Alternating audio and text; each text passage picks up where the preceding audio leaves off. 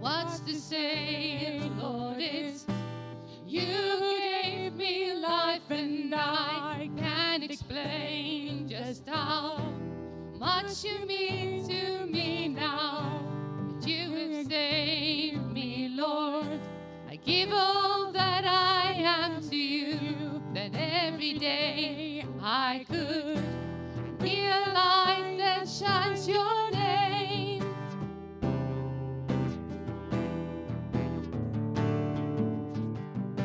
And every day, Lord, I learn to stand upon your word, and I pray that I might come to know you more, that you would guide me in every single step I take, and every day I can be a light unto the world. Every day it's you I live for.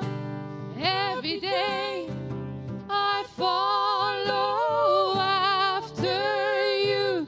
Every day it's you I live for.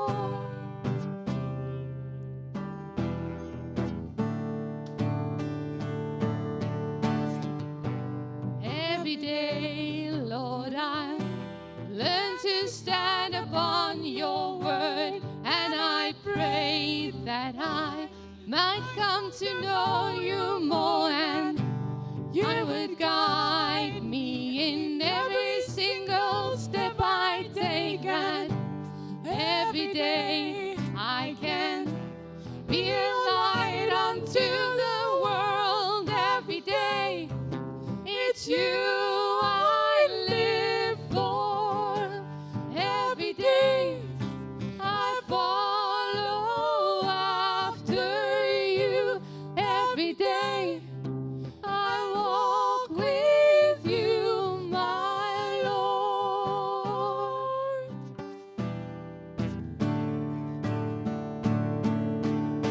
It's you I live for every day.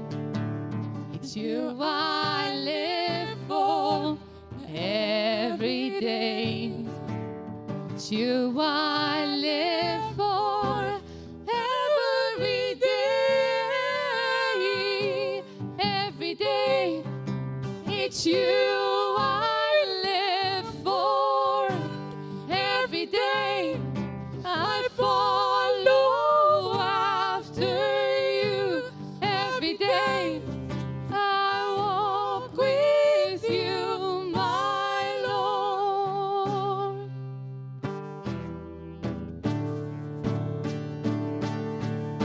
It's you I live for every day.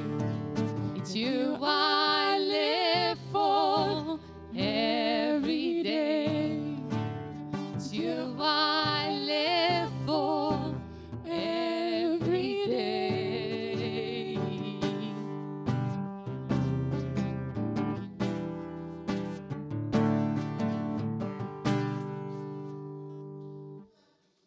Amen. Good morning, everyone. Welcome, welcome. We are learning a new song at this moment.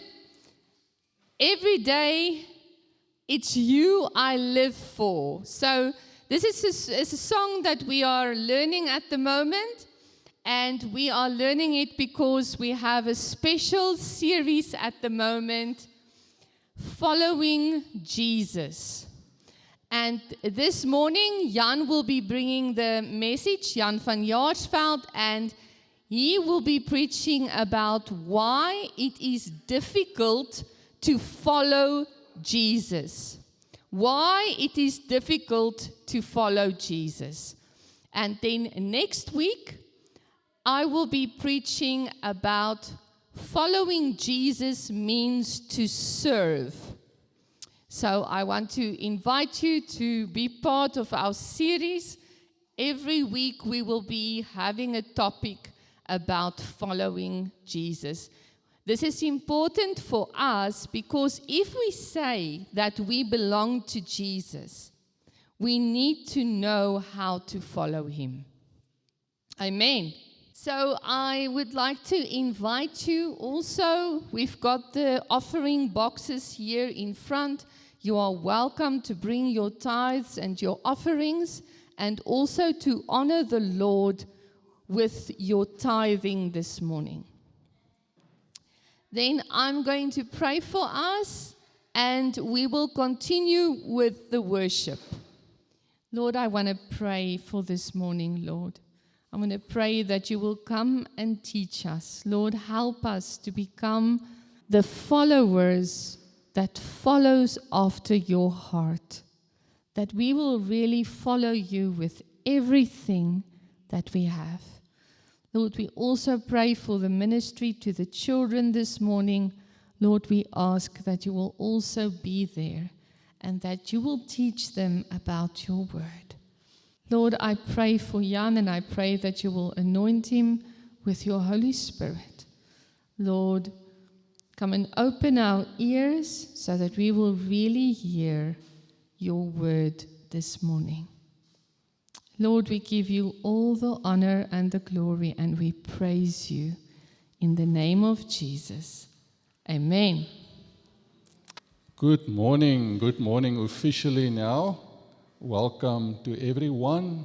Let us ask God's blessing upon our gathering this morning. Let's bow our heads. Heavenly Father, we thank you for your kindness, goodness, and mercy. We ask you to be present as we read from your word and long to get to know you better. Will you, through your Spirit, come and open our hearts and our minds? Also, anoint myself to open the word and open our understanding, and let us hear what you want to explain to us this morning. Also help us to implement it in our lives. We thank you and we praise your name in Jesus Christ, our Savior. Amen. Yes, so I trust that all of you are well, and we look forward then to continue with our current series on following Jesus, following the Lord. And today, as you have heard, we are going to share why is it sometimes so difficult to follow Jesus, and maybe what can we do to overcome these difficulties so that we really, according to God's word, truly follow Jesus as he would like us to. So we need to also say that before you follow Jesus, you need to come to him. You need to respond to God's love. We need to understand the gospel. What has God done for us? And we know that he sent the word to become flesh, to come and be a human being. The word in the beginning, part of God who created everything. And when he became a human being, we called him the Son of God, Jesus Christ. And he became a humble human being, but he lived a righteous life here on earth. And if we respond by looking to Jesus in faith and in trust, then we become children of God. So it's indeed an act from God's side of love and grace towards us. So every one of us at first needed to realize that every one of us has gone astray. We have taken our own road, and we needed to humbly accept what God has done to redeem us to Him, and then, of course, to put our trust and faith in Jesus Christ as Savior, but also as King, that He is ruling. He is the one that needs to decide. He owns us. God owns us, and we need to follow Him. So we also see that our best efforts from ourselves, our own fleshly efforts, is not good enough. So we need to accept what God has done and is doing, and we need to submit to Jesus as Lord and King, and we need to follow Him. It means that we need to walk with Him and in Him, live in Him. So being saved is being a true Christian, and it is then someone who is following the Lord Jesus Christ. And it means faith means to be faithful as well. It's not only a mental thing.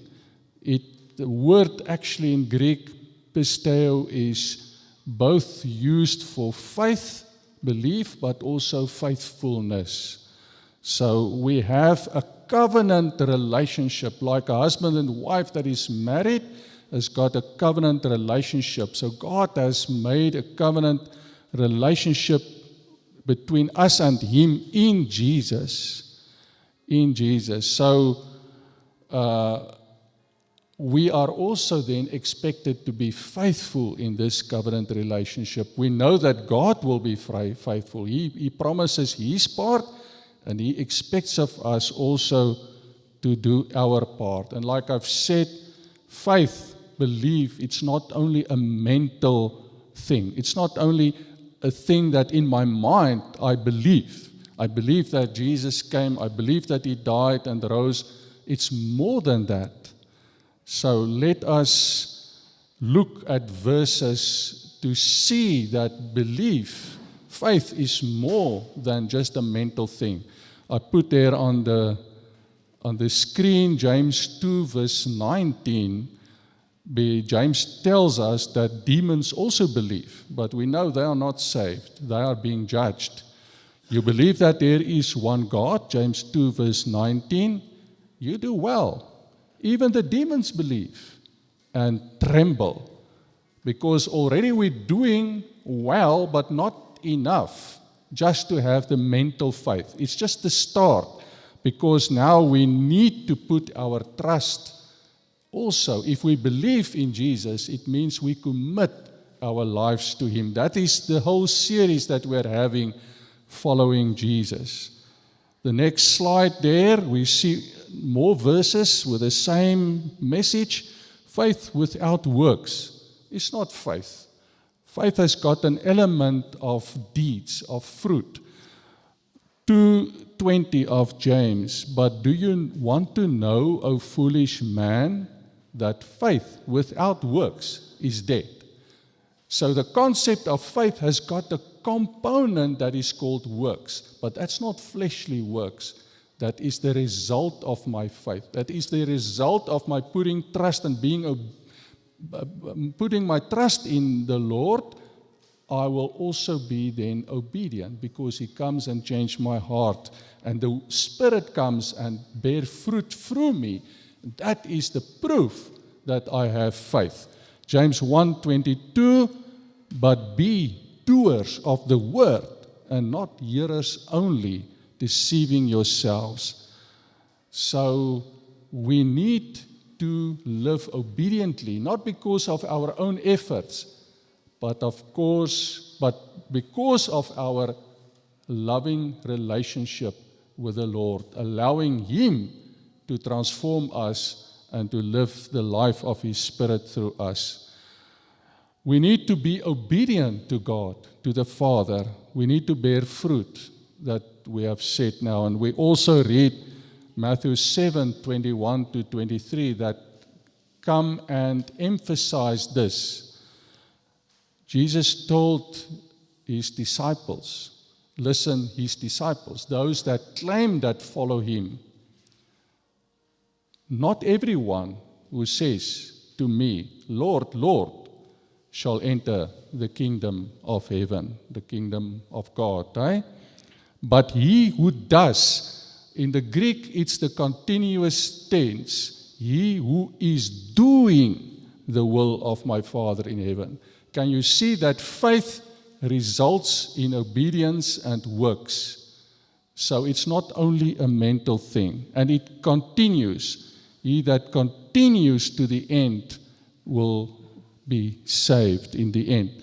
Many will say, verse 22, to me in that day, judgment day, Lord, Lord, have we not prophesied in your name? Have we not cast demons out in your name and done many wonders in your name? And then Jesus said, I will declare to them, I never knew you. Depart from me, you who practice lawlessness. In other words, just claiming that you are a Christian, just claiming that you are following Jesus, it's not a religious thing. It's not just coming to do wonderful things and do churchly and correct things. It is being saved, if you are having faith in Jesus, we commit ourselves to Him and we follow Him. We listen to His word, like we do this morning. We do listen to His word, and that is good. And when we exit here, we are out there busy then living what we have heard, doing what He wants us to do. We cannot also do this on our own because we fall short. We are fallible human beings. And now we're going to talk today living in the flesh versus living in the Spirit, because that is the basic big problem that prevents us from following Jesus, if we live in the flesh and not in the Spirit. So look what God says here, and what Paul writes to the Romans, that we need to be led by God in the Spirit. Romans 8, 1 and 5 to 6, there is therefore no condemnation to those who are in Christ Jesus. When God looks at us, He needs to see Jesus in us. We can't be saved outside of Jesus because Jesus has paid the price. Jesus was the human being without sin that could take the punishment. So we can't be saved outside of Him. So those that are in Christ Jesus, they are saved. There's no condemnation for them who do not walk according to the flesh. So the qualification, if you are in Christ Jesus, it means you are not walking according to your own fleshly desires, but you walk according to the Spirit. And the Spirit leads us, God's Spirit, and what He reveals to us in His Word. We are being led by God's Spirit. That is a show, a proof that we are following Jesus. Verse 5, for those who live according to the flesh set their minds on the things of the flesh. But those who live according to the Spirit set their minds on the things of the Spirit, of God's Spirit. And we have also got the Spirit. Our spirit needs to be submit to God's Spirit. We have got the flesh, our body, we've got a soul. Our soul is our emotions, our will and mind. That is our part of our flesh and our body. But the Spirit is our identity. So we need not to listen to merely to our emotions, to our will. We need to submit that to our spirit, which is guided by God's Spirit through God's Word. So, for those who live according to the Spirit, the things of the Spirit, that is when we need to put our minds on those things. For to be carnally minded is death. Carnally is your flesh. If you're fleshly minded, that leads to death. But spiritually minded leads to life and peace. So God wants us to not live according to our flesh, our own desires, but submitted and live according to our spirit. We have got a spirit, but our spirit is linked to God's Spirit, the Holy Spirit. So, but now, this is the wonderful gospel message. Jesus paid for us, and we can be led by God's Spirit so that we are living as children of God. Of course, there is an enemy out there. The enemy wants to hinder us doing this. The Bible says everyone who wants to live a godly life will be persecuted. And but we have got the choice. We should not allow the enemy to bring us down and to allow us to stumble. So the question is, what does the devil do to make it difficult for us to follow Jesus? Because remember, we said today we're going to look at why is it difficult to follow Jesus, and then also how to overcome, because we need to not only realize the difficulties, but we need to know how to manage our decisions, that we don't let the devil drag us down. We need to be victorious in following Jesus. So we may speak on this topic from different angles, but I chose today to look at a little bit from the book of Ephesians. Paul wrote this letter, the Ephesian letter, and he portrays Jesus as walking. Now, following Jesus as walking, that means if you walk, you need to take steps. I'm walking 1 step, 2 steps. I'm taking the 1 step after the other in order to reach my destiny.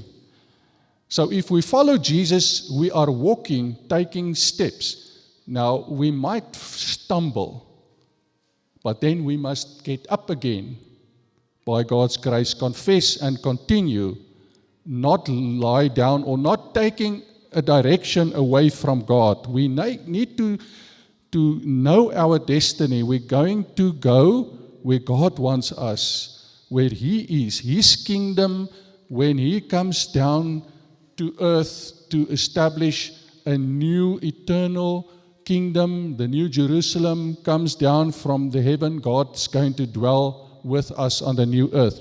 That's our destiny, to be part of God's family on the new earth.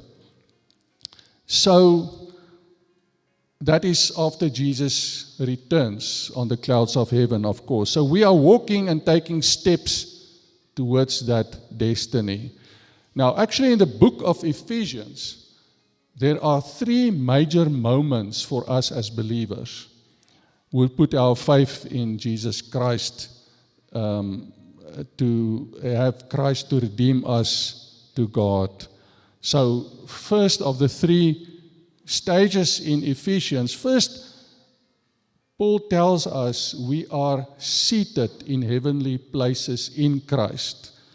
Then the first 3 chapters, he deals with this way of salvation, that we put our faith in Christ. We are saved by grace through faith. Jesus Christ is the perfect human being without sin. He has given himself as with a blood sacrifice. He was the Lamb of God. He brought himself as a sacrifice for everyone that puts their trust in him and follow him. So the first part of salvation is called justification. Jesus paid the price. He justified us. He put our things right with God. So that's the first part. Actually, salvation has got 3 parts. So we must look unto Jesus and trust him for the first part of our salvation. Actually, we look to God for all parts, but the first part we can't really play a role besides putting our faith in Jesus. The second part of salvation is called sanctification, making us holy. Holy is actually, the word in Greek means set apart for God. That we must cooperate with God. He is also leading. That is following Jesus. That's our series. It's a journey of sanctification, becoming more like God, becoming more like Jesus, growing to become more like Him. So the next slide we see Hebrews 12 verse 14. Pursue peace with all people and holiness. Holiness, sanctification, without which no one will see the Lord. So even sanctification, this road, this following Jesus, the road of becoming more holy is also essential. We cooperate with God. We had our justification in Jesus, and now we are on the road of following Jesus, being sanctified, making holy. And like I said, holy, we always maybe think of purity, but it's not only purity. It's actually, the Greek is meaning set apart for God. Sanctified meaning you are dedicated for God, to God. So bear that in mind as well. So now we are on this journey of sanctification, but we have said the enemy is always coming to trouble us. So we are asked now to stand firm. Actually, the first 3 chapters of Ephesians, we said that is justification, that is the way that is we are seated in heavenly places in Christ. The second part of Ephesians is how to walk, how to follow Jesus. The third part is how to stand firm. Because if the enemy comes, we must remain standing, we mustn't fall, we mustn't stumble. So we have got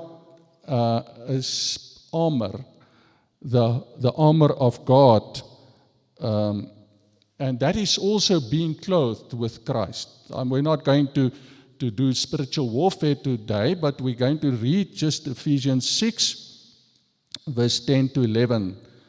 Finally, my brethren, be strong in the Lord and in the power of His might. Put on the whole armor of God, that you may be able to stand.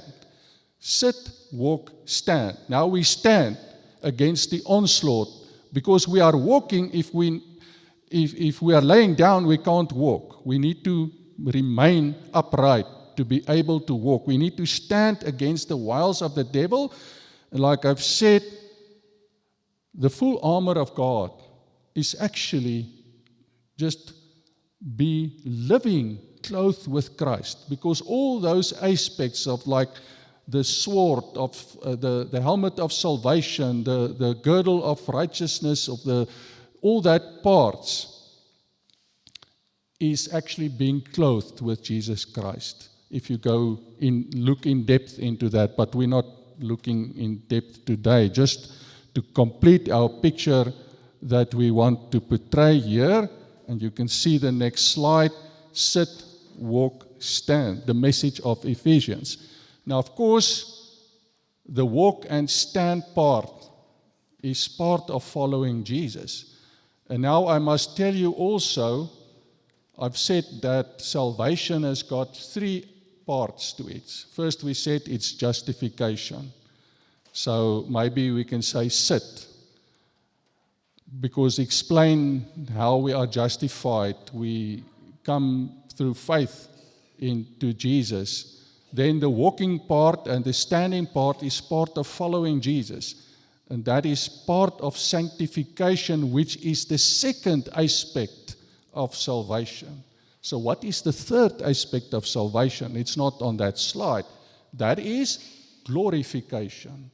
When Jesus returns, we will receive new glorified bodies, and we will be seen as victorious because He has achieved the victory.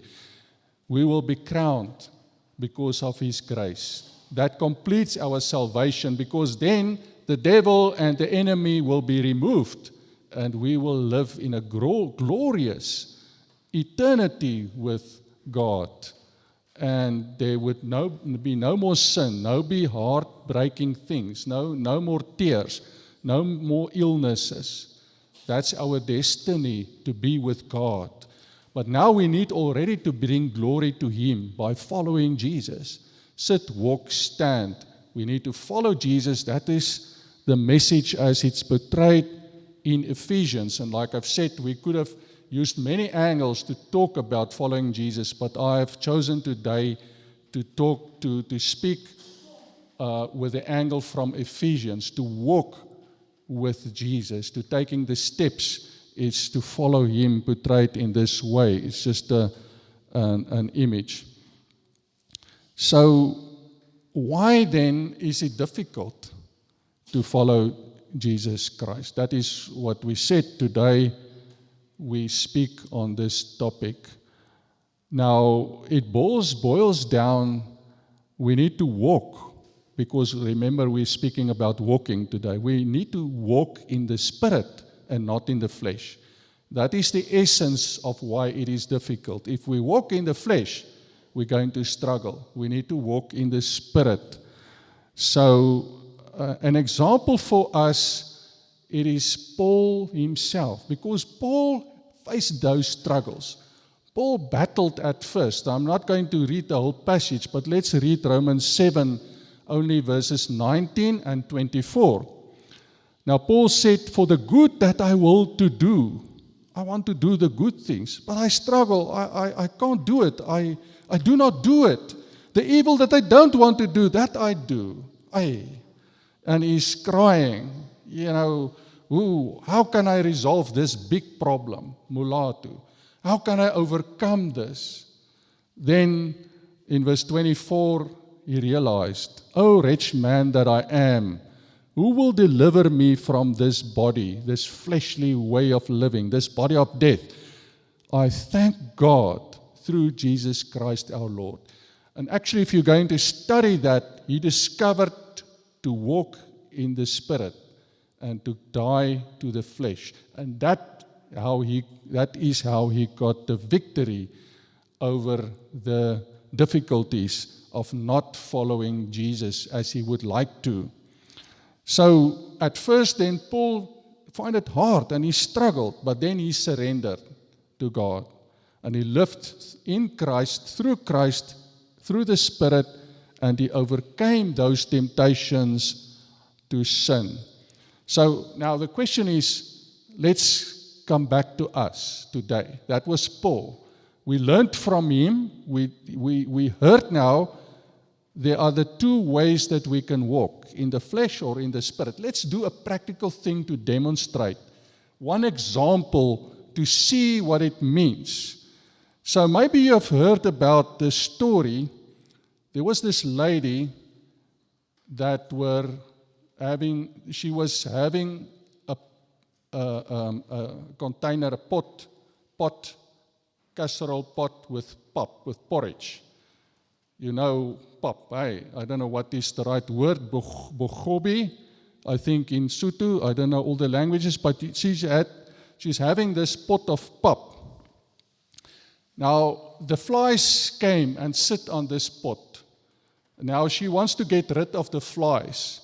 So she's using a fly swatter. There she is. Can you see the flies?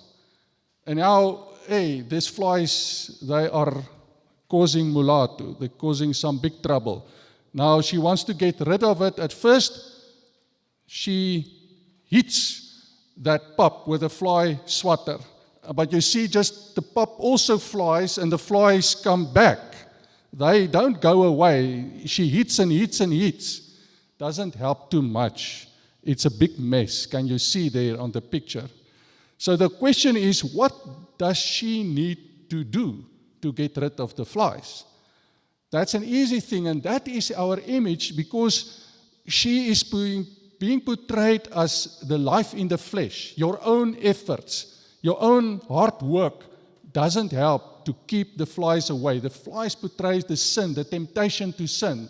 So the temptation is coming, and we're hitting it. We're trying out of our own strength, but we don't get rid of the flies. Look there, you can see. So the next slide will show us the solution. What did she do? She put the pot on the stove. She turns the heat on. Can you see there's some flies flying far away? There are some flies there, but they're not on the pop anymore. The pop is now nice and warm and becoming hot. The flies have gone. So what does this tell us? The life in the flesh, we struggle, we don't get it right like Paul. But if we put the heat on of our relationship between us and God, if we allow God, if we walk in the Spirit, the problem is solved.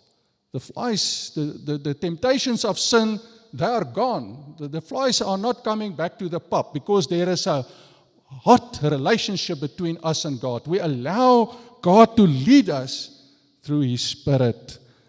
And now we can overcome the temptations. Now we are hot, we are warm in our relationship with God. We love God. And our love of God, we study His Word, we are busy with these things. The temptations can't stick. That is the solution to our big problem. So let's talk more about that. But the question is now, why then don't we live this way of being hot, being on fire for the Lord, walking with Him in the Spirit? Why do we allow us to live in the flesh? Now, this is then, of course, our topic today. Because it seems so awesome. If we can live in the Spirit, we see how wonderful it is without those temptations and overcoming sin, making the right choices, having the right behavior. But before we can have the right behavior, before we can make the right choices, we need to have the right understanding, the right teaching, the right doctrine. We need to know how to love God, to know His Word, what He's telling us. If we love Him, we listen to His Word. We listen also to sermons like today. His Word is telling us, because we come here because we love Him and we want to learn about Him. It's not just a habit.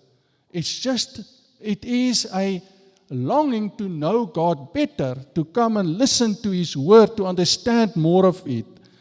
And then we gain the right understanding of God, what God tells us to do. Let's read this in Psalm 1, verse 1 to 3. It says, "Blessed is the man who walks." Can you see? Walking is our topic. Walking is following Jesus. Who walks not in the counsel of the ungodly. Because remember, if we walk, we can walk in circles. We can walk in the wrong direction.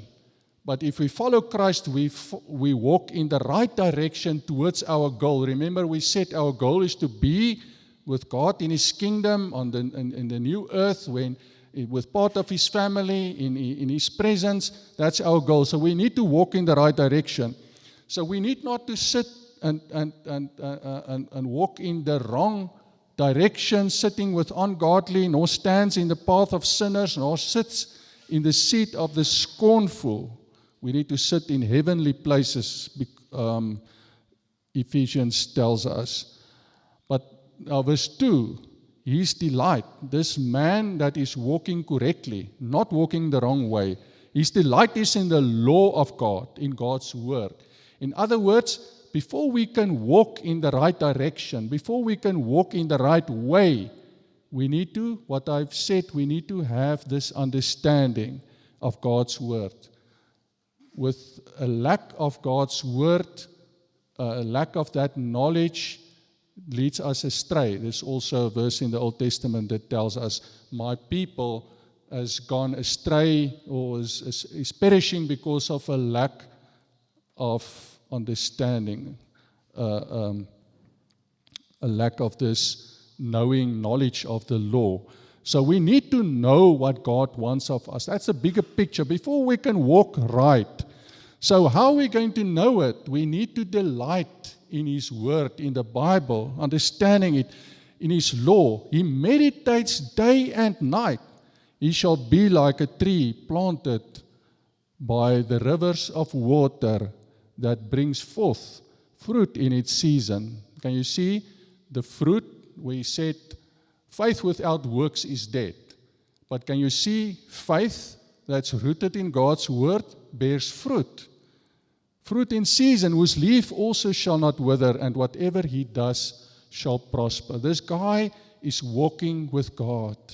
In the New Testament, in Jesus, he's following Jesus, he's walking with God, and he's prospering. Prospering doesn't mean he becomes materially rich necessarily. It means there's peace, there's spiritual prosperity, and he is blessed, and he influence and impact people in a positive way. He's edifying people because he knows the word.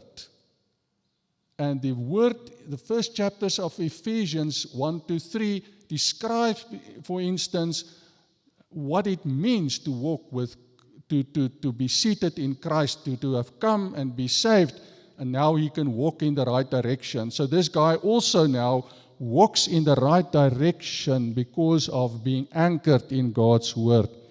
So the truth of God, the truth that we read in his word, it makes us free. It sets us free, the Bible says. Following Jesus Christ in the right way make us free, and we are not being hindered in following him. We like the flies have gone, and the temptations are easier to overcome because we are heated up with God, to follow that picture of the lady with a pup.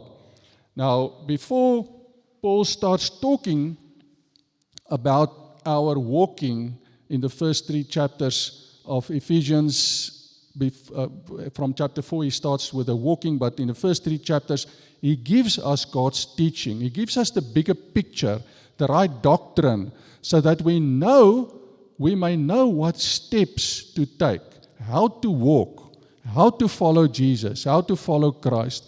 And if we don't know this, we don't know what to do to follow Jesus.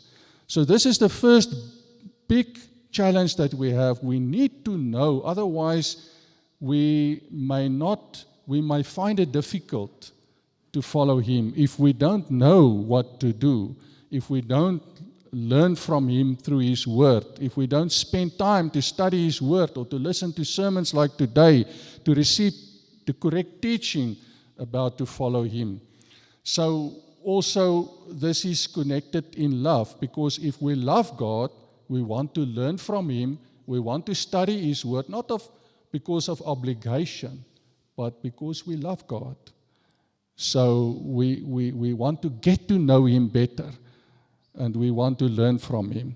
So let's go then quickly and look also that we spoke about the first 3 chapters of Ephesians and what Paul wants us to know, because that first 3 chapters tells us what is the bigger picture. We learn the gospel, we see the bigger picture, we see Christians seated in heavenly places in Christ. So let's see, just read a few verses. It's going to be long to read 3 chapters, but just to illustrate the point. So 3 or 4 verses. Ephesians 1 verse 7, speaking about Jesus. In him, in Christ, we have redemption through his blood, the forgiveness of sins according to the riches of his grace. So we understand it's not our good works, our own efforts, hitting the pop with our spoons. That's not going to work. It is grace. We put our trust in him because his blood, as a perfect human being, his blood paid for our sins. And that is our forgiveness in him. And the next verse there, Ephesians 1 verse 13, in him also trusted after you have heard the word of truth. Remember we said faith is not only a mental belief. It's more than that. It's trusting him, putting your trust in him. After you have heard the word of truth, the gospel of your salvation, and whom also having believed, you were sealed with the Holy Spirit of promise. So this is the gospel. This is our salvation that causes us to be seated in Christ. The next verse is Ephesians. It's still in the first 3 chapters, only those 4 verses that we're going to read here. 1 verse 20, which he worked in Christ. God worked in Christ when he raised him from the dead and seated him at his right hand in heavenly places. So our salvation is because of Christ. His offer, sacrifice was accepted by God the Father. He was raised from the dead.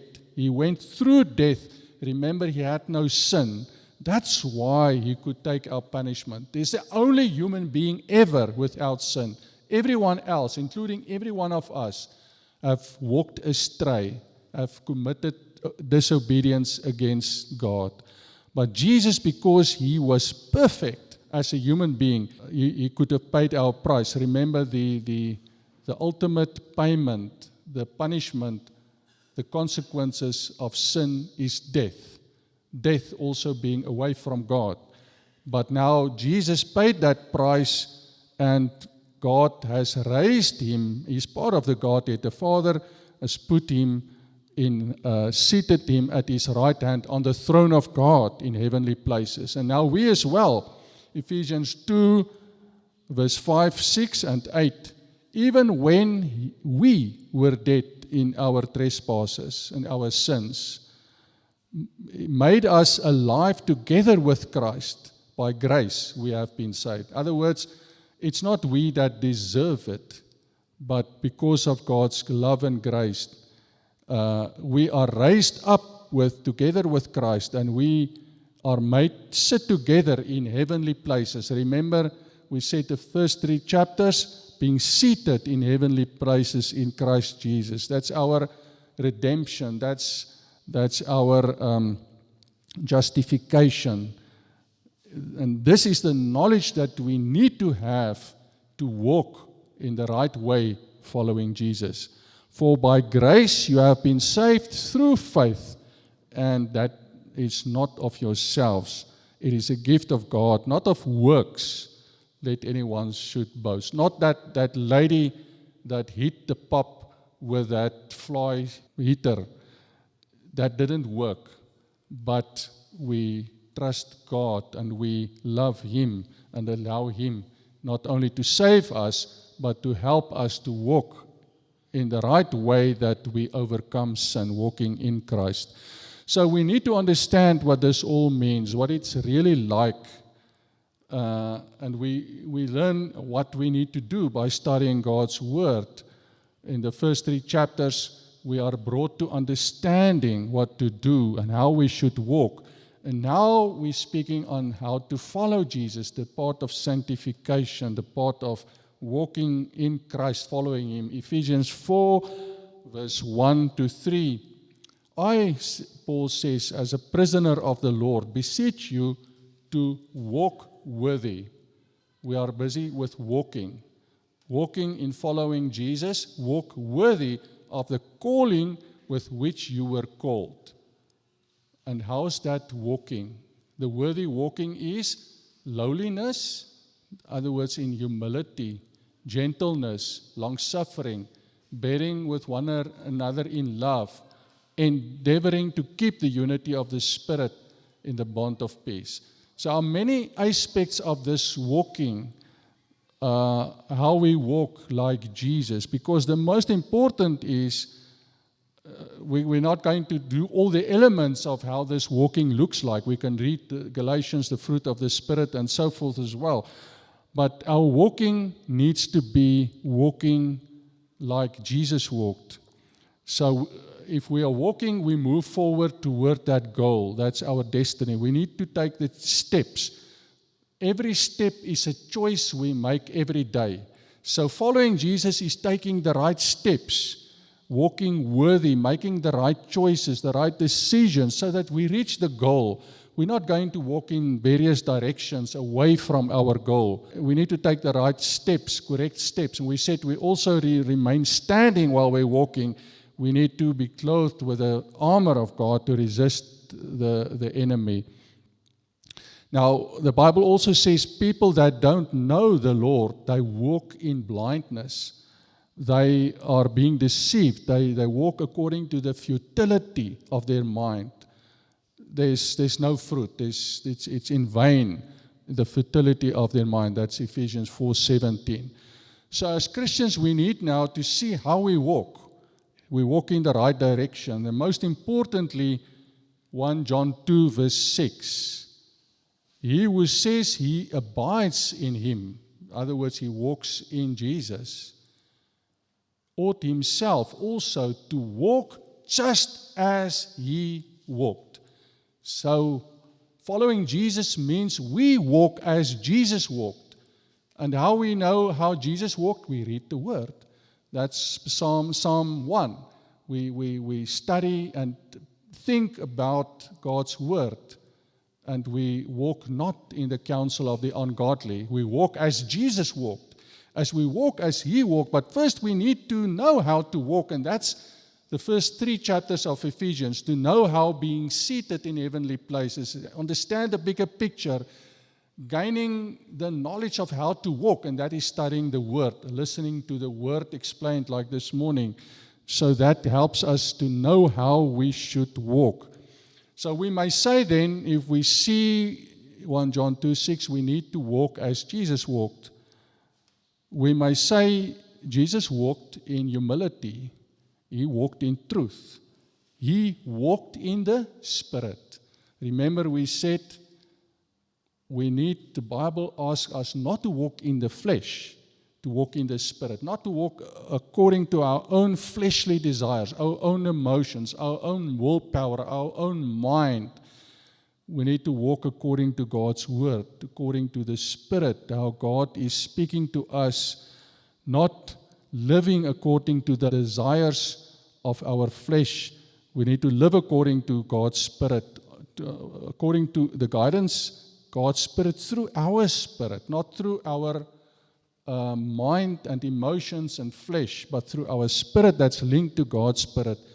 Then we are obeying God's Word if we do that.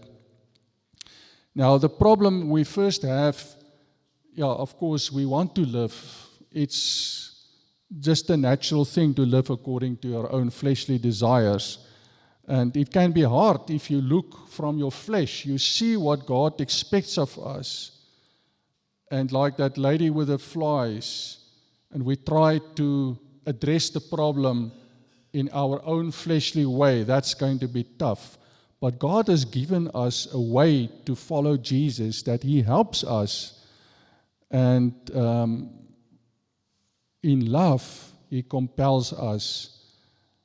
Now, in the Old Testament, the law, the people had to obey. You can look also today, we're under the law of Christ, not on the law of Moses.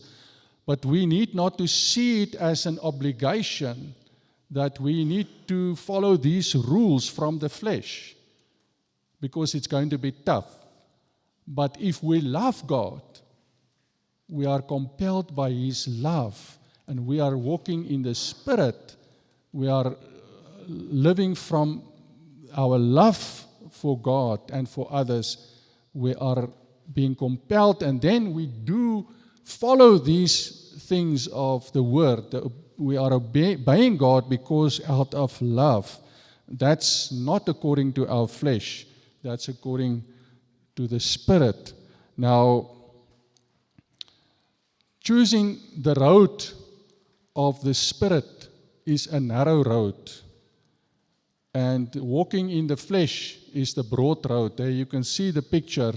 You all know the picture of the broad versus the narrow road. Few are being found on the narrow road because of its being difficult.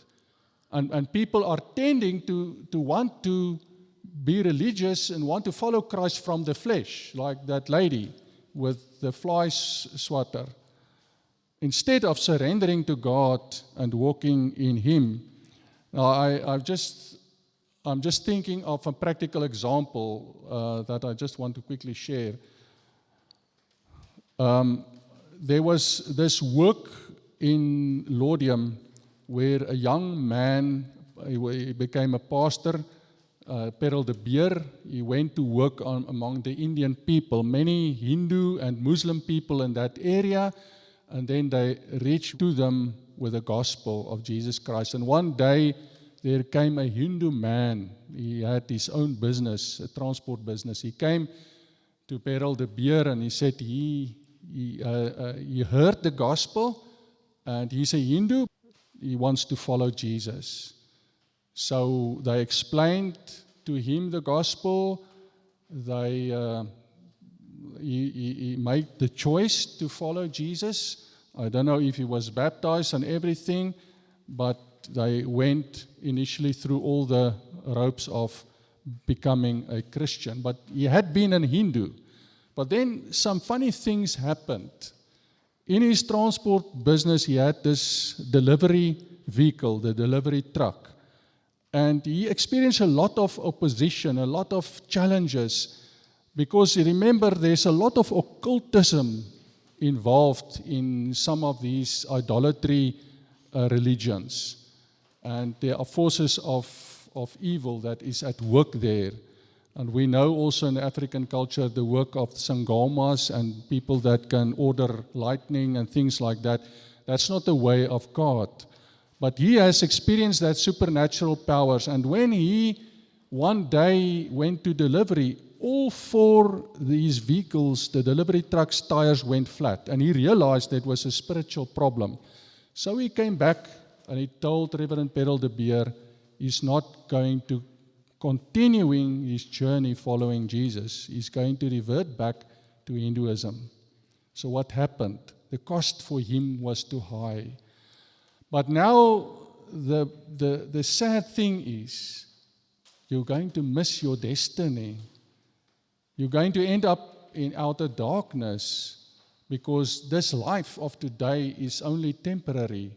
We need to make sure that we glorify God with our lives and that we end up also being with Him and we're following Him on the narrow road. On the broad road, it's much more easy and there are not difficulties. But look, the destiny of the broad road is not going to be nice. The narrow road leads us to life, to peace, to healing, to God's presence, to not having not having in the new earth, in God's presence, no more temptations, no more sicknesses and challenges and poverty and those things. So it's costly to be on the narrow road. Look what Jesus tells us here. Luke 14 verse 26, if anyone comes to me and does not hate. Now I must qualify, you need to understand the Greek language.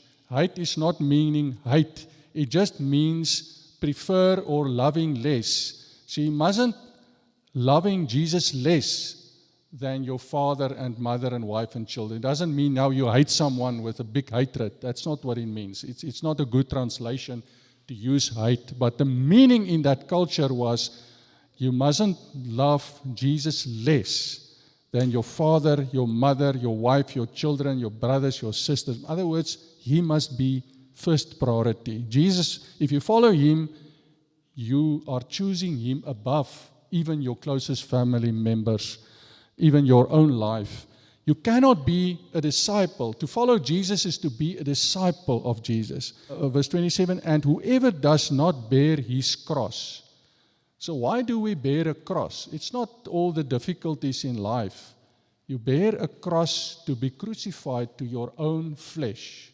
That's why you bear a cross. So what Jesus is telling here, you need to die to yourself. If you bear a cross, you need to hang with your flesh on that cross. This is just a symbol.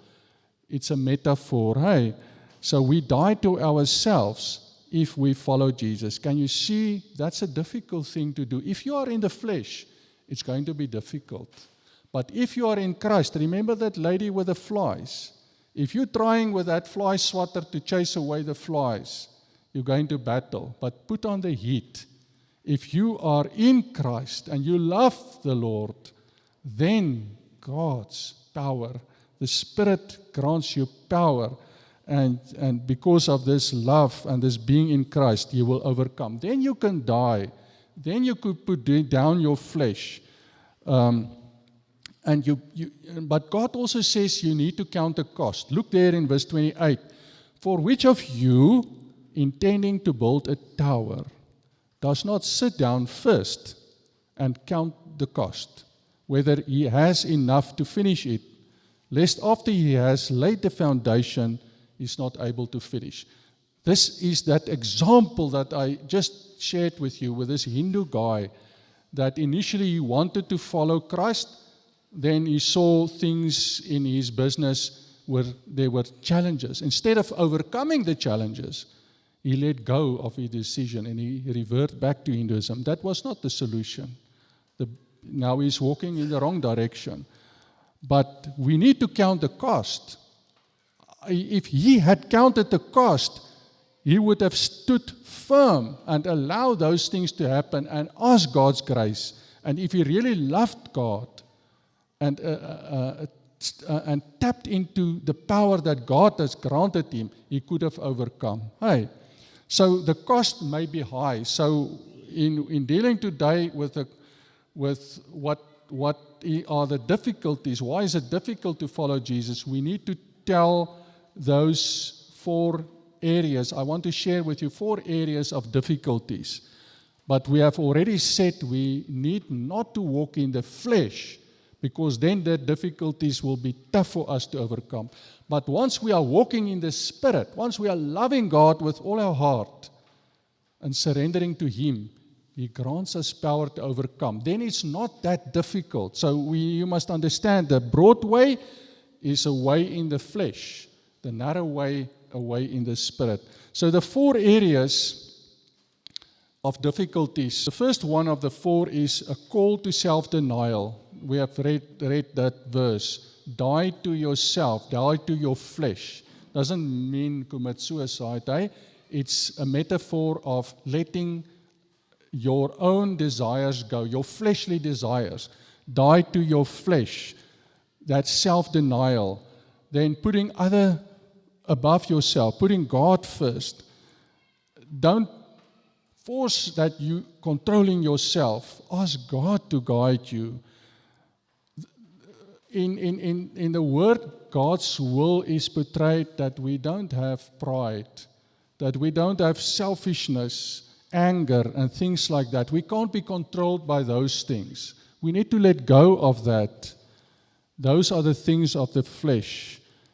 We need to give ourselves as a living sacrifice, the Bible said.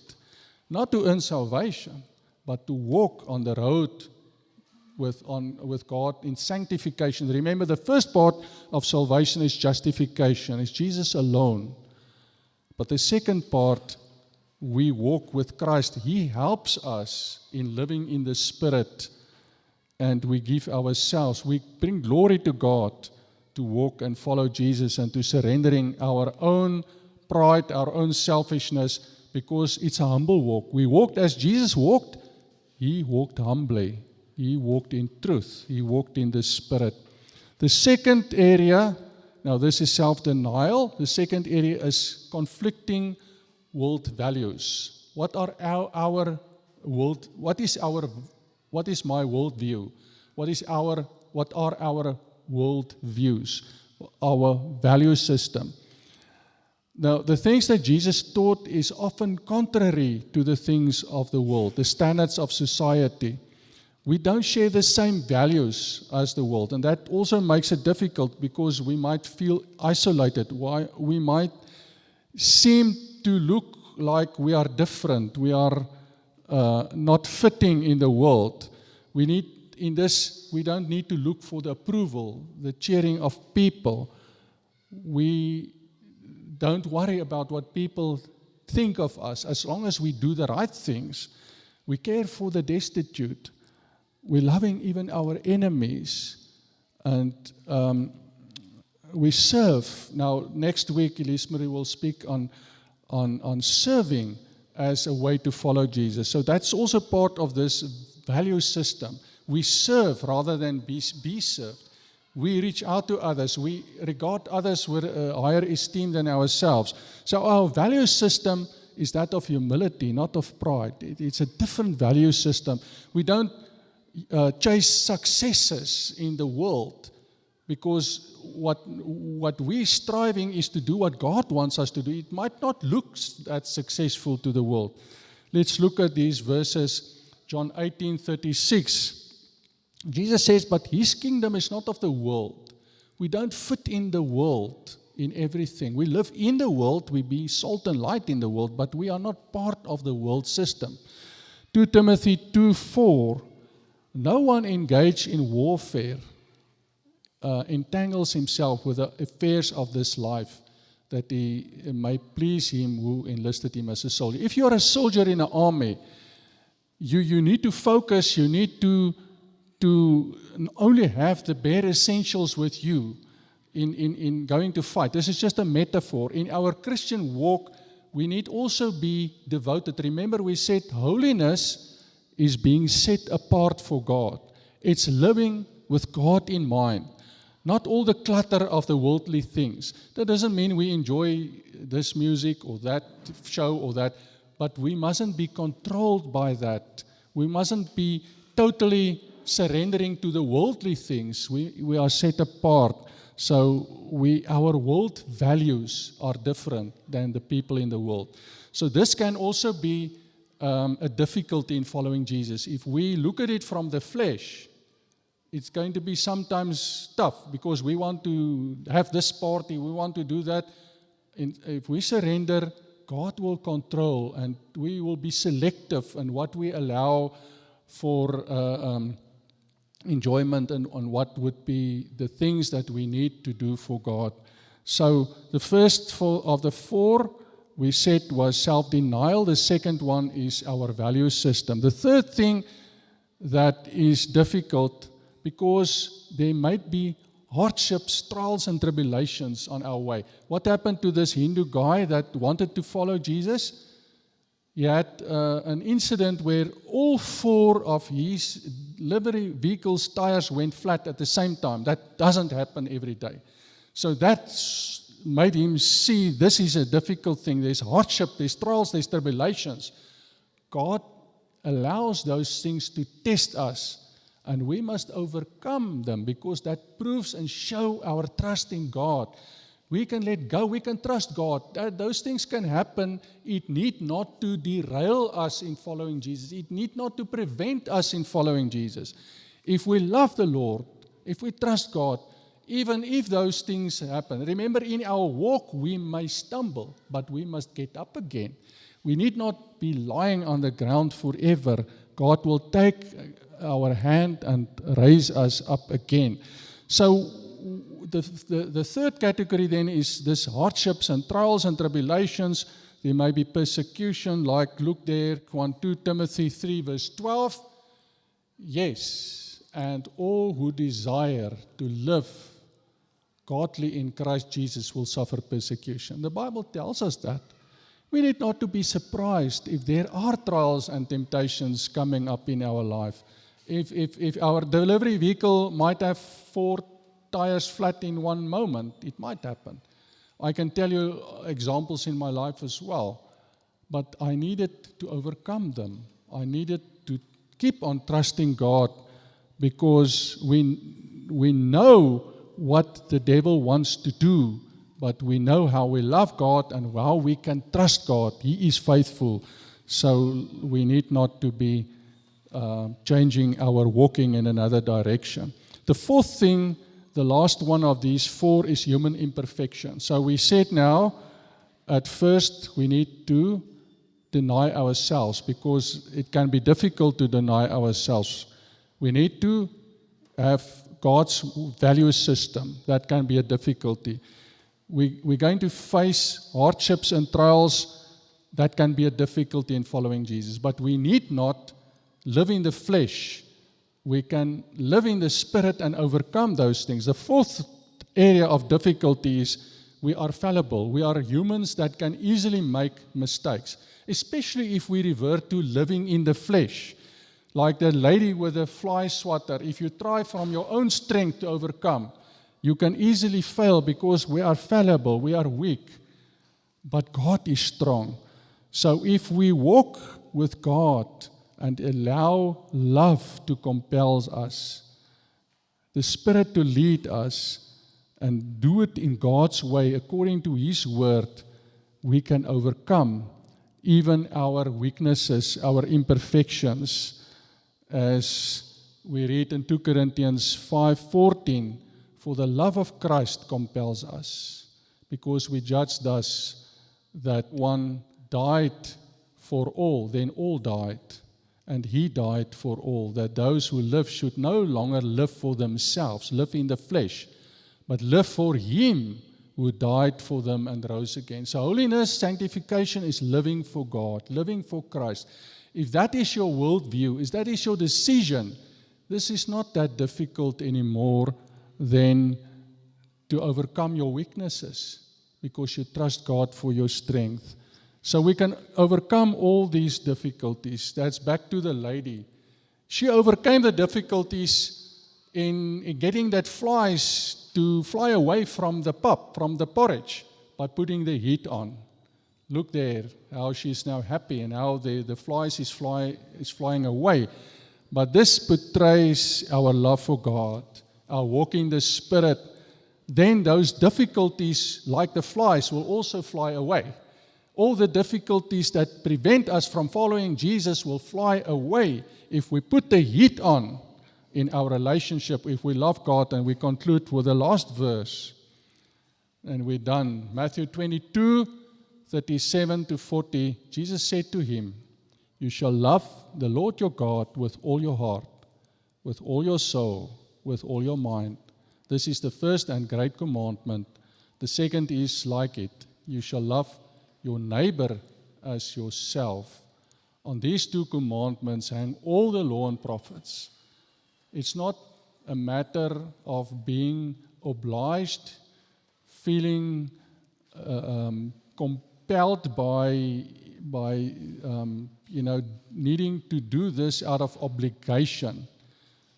But from the premises of loving God, walking with Him, living in the Spirit, we overcome all these difficulties, and we find ourselves and following Jesus on the narrow way, not having these difficulties as a major problem, not stumbling or walking in another direction because of the difficulties, but overcoming them and having peace and thankfulness.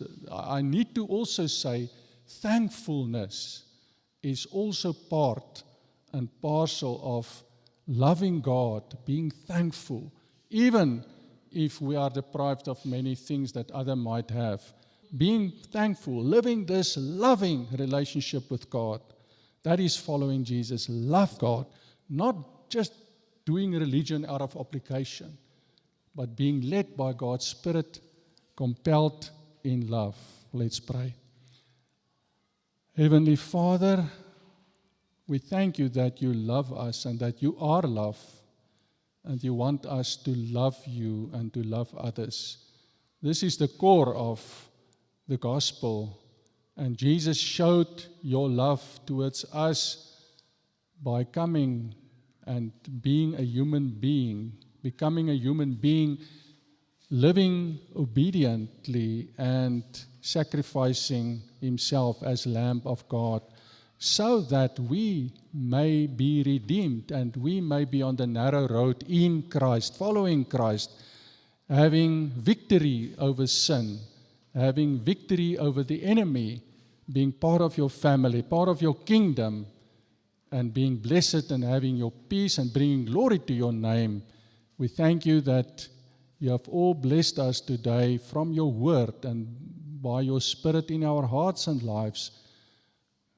Receive our honor and praises and appreciation, thankfulness in Jesus. Amen.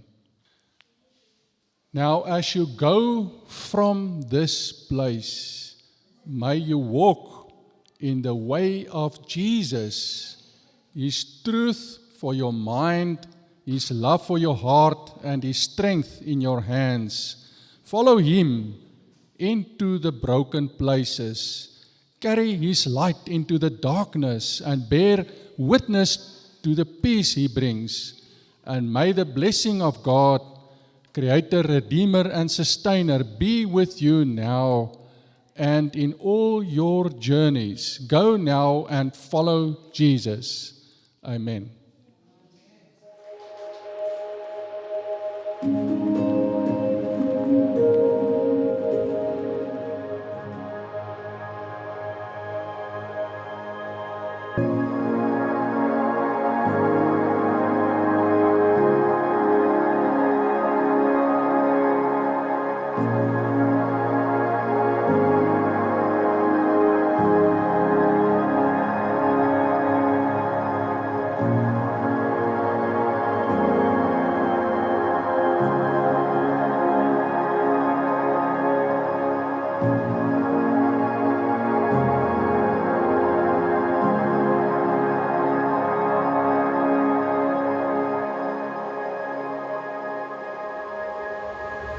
you.